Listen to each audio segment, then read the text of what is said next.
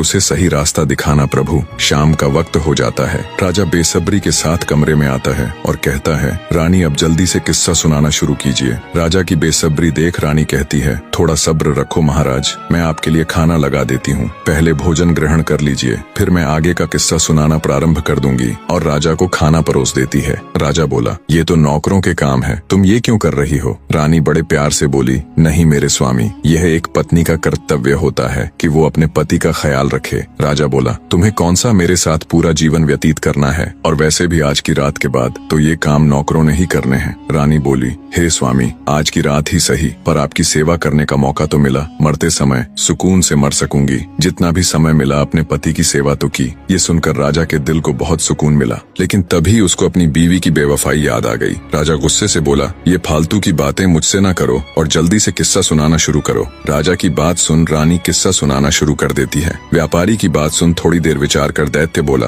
अगर मैं तुम्हें कुछ समय की मोहलत दे दूं तो क्या गारंटी है कि तुम वापस आओगे? व्यापारी बोला, हे राक्षस राज, उस ऊपर वाले की कसम खाकर कहता हूँ कि मैं अपने कामों को अंजाम देकर यहाँ जरूर आऊंगा और खुद को तुम्हारे हवाले कर दूंगा, मेरा विश्वास करो। दैत्य बोला, ठीक है, मैं तुम्हें 40 दिन की मोहलत देता हूँ। व्यापारी दैत्य का शुक्रिया करते हुए अपने घर की तरफ चल देता है। कुछ दिन के सफर के बाद वो अपने घर पहुँच जाता है। व्यापारी को घर आया देख उसके बीवी बच्चे खुश हो जाते हैं। उसकी पत्नी कहती है, स्वामी आप थक गए होंगे, हाथ मुंह धो ले, मैं अभी आपके लिए खाना लगाती हूँ। इस बार पता नहीं क्यों मेरा दिल बहुत घबरा रहा था। शुक्र है उस ऊपर वाले का, आप सही सलामत घर आ गए। बीवी के मुख से ये बातें सुन अंदर ही अंदर व्यापारी का हृदय पीड़ा से तड़प उठा। सोचा, जब हमेशा के लिए जाऊंगा तो मेरे बीवी बच्चों का क्या होगा? व्यापारी ने कागज के अंदर अपनी जिंदगी के बचे हुए दिन लिखे होते हैं। धीरे धीरे समय निकलता जा रहा था और व्यापारी के जिंदगी के दिन भी। उसने अपनी बेटी के लिए